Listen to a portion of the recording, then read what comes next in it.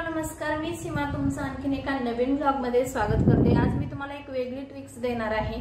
आपल्या किचन घरामध्ये जे सिंक असतं किंवा वॉश बेसिन पाशी जे बेसिन असतं त्याच्यामधून जर दुर्गंधी येत असेल, बेसिनची जी स्वच्छता आहे ती आठवड्यातून कमीत कमी एकदा तरी डीप क्लिनिंग करावं। आपण रोजच्या रोज तर साफ करतोच, परंतु डीप क्लिनिंग केले की जी येणारी दुर्गंधी वगैरे आहे ती येत नाही। तर त्यासाठीच आजची जी ट्रिक्स आहे ती तुम्हाला नक्कीच उपयुक्त ठरणार आहे। या ठिकाणी माझी भांडी वगैरे झाल्यानंतर मी किचन ओटा आणि किचनचं जे सिंक आहे ते व्यवस्थित असं साफ करून घेतलेलं आहे। किचन मध्ये जे सिंक आहे त्यासाठी आपण नेहमी अशा पद्धतीची स्टीलची जाळी वापरावी, जेणेकरून यामध्ये जे खरकटं आहे ते जास्ती प्रमाणामध्ये जाणार नाही। त्याचा जो होणारा त्रास आहे तो देखील आपल्याला कमी प्रमाणात जाणवेल।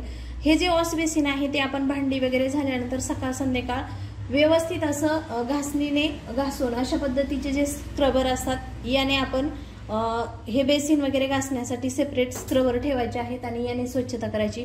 यामुळे आपलं जे बेसिन आहे ते देखील एकदम चकाचक दिसतं, दिसायला देखील छान आणि जे क्लिनिंग आहे ते देखील व्यवस्थितरित्या होतं। ही जी ट्रिक्स आहे ही फॉलो केल्यानंतर जास्त वेळ आपल्याला या बेसिन मध्ये पाणी टाकायचं नाही। ही जी ट्रिक्स आहे ती तुम्ही रात्री देखील करू शकता, परंतु मी दुपारी करत आहे। तर आता या ठिकाणी माझी भांडी वगैरे झाल्यानंतर किचन साफ करून घेतलेलं आहे। त्यामध्ये आता मी टाकणार आहे 1 चमचा बेकिंग सोडा। जे सिंक क्लीन करायच्या ज्या पावडर वगैरे आहेत त्या आहेत मार्केटमध्ये उपलब्ध आहेत, परंतु जास्तीचे पैसे घालण्यापेक्षा आपल्या घराची स्वच्छता आपण कमीत कमी पैशामध्ये कमीत कमी वेळेमध्ये पैशांची बचत करून जर केलं तर नक्कीच उपयुक्त ठरणार आहे। त्यानंतर ही आहे अर्धा चमचा वॉशिंग पावडर। आपण जे कपडे धुण्यासाठी जी आपण पावडर वापरतो तीच या ठिकाणी वापरायची आहे। आणि त्यानंतर आपल्याला 1 लिंबू पिळून घ्यायचा आहे यावरती। या ठिकाणी मी 1 लिंबू पिळून घेत आहे। तुम्ही पाहू शकता या ठिकाणी सोडा आणि वॉशिंग पावडर आणि लिंबाचा रस हे व्यवस्थित ऍक्टिव्हेट होतंय।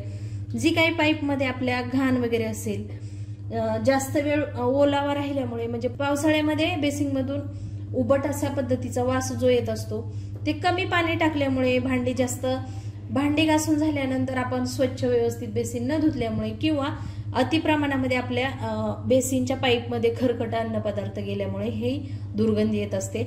तर या ठिकाणी मी सोडा, वॉशिंग पावडर आणि 1 लिंबाचा रस या ठिकाणी टाकलेला आहे। आता हे ऍक्टिव्हेट होऊन त्याचा जो आवाज आहे तो बुडबुड येत आहे, म्हणजे पाईपची जी लागलेली साईडची घाण आहे ती पूर्णपणे निघून जाईल आणि आपण साधारणतः अर्ध्या तासाने याच्यावरती गरम पाणी टाकायचं आहे। जी बेसिन मधून येणारी दुर्गंधी आहे ती थांबणार आहे आणि आपलं घर एकदम छान फ्रेश असं राहणार आहे।